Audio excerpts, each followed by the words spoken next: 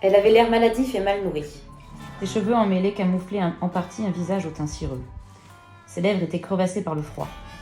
Cependant, une sévère détermination se lisait dans ses yeux noirs, cernés des marques bleues de la fatigue. Alors l'écriture, ça vient d'où ? Pour moi, ça vient de loin. Ça remonte à quand j'étais toute petite, parce que j'ai une maman qui m'a collé le goût de la lecture très très tôt. Et du coup, j'ai commencé à lire beaucoup de livres à propos de la mer et des pirates. Et c'est en lisant que j'ai commencé à écrire.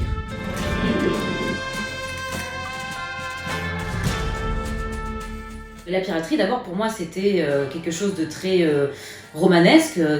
Comme beaucoup d'enfants, j'étais très attirée par l'image du pirate, ce qui renvoyait.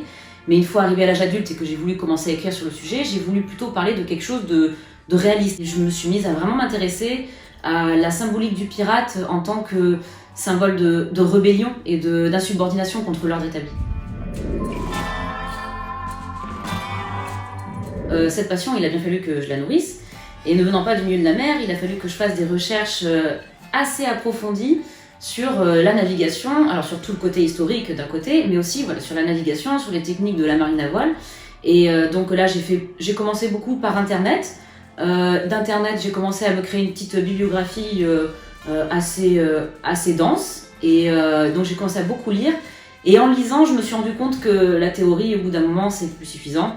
Surtout pour ce genre de sujet. Et donc là, j'ai commencé à naviguer, d'abord en tant que bénévole, en tant que stagiaire, sur des vieux gréements. Et à l'époque, je ne savais même pas qu'on pouvait naviguer sur des vieux gréements comme ça, sans avoir de formation à la base.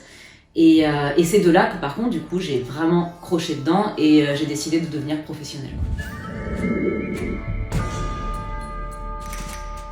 Alors dans le cadre de mes recherches, je suis tombée sur beaucoup de dessins qui décrivaient les anciens gréements.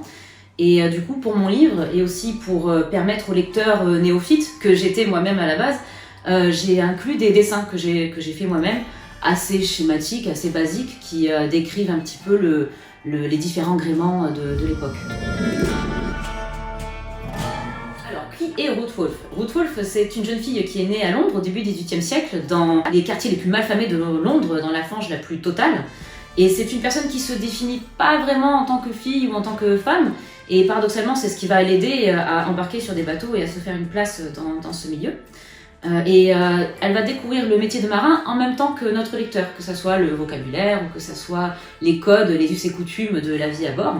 Et tout en découvrant le métier de marin, elle va découvrir, tout comme le lecteur ou la lectrice, un panel de personnages hauts en couleur qui représentent la population la plus opprimée, les oubliés de cette période-là.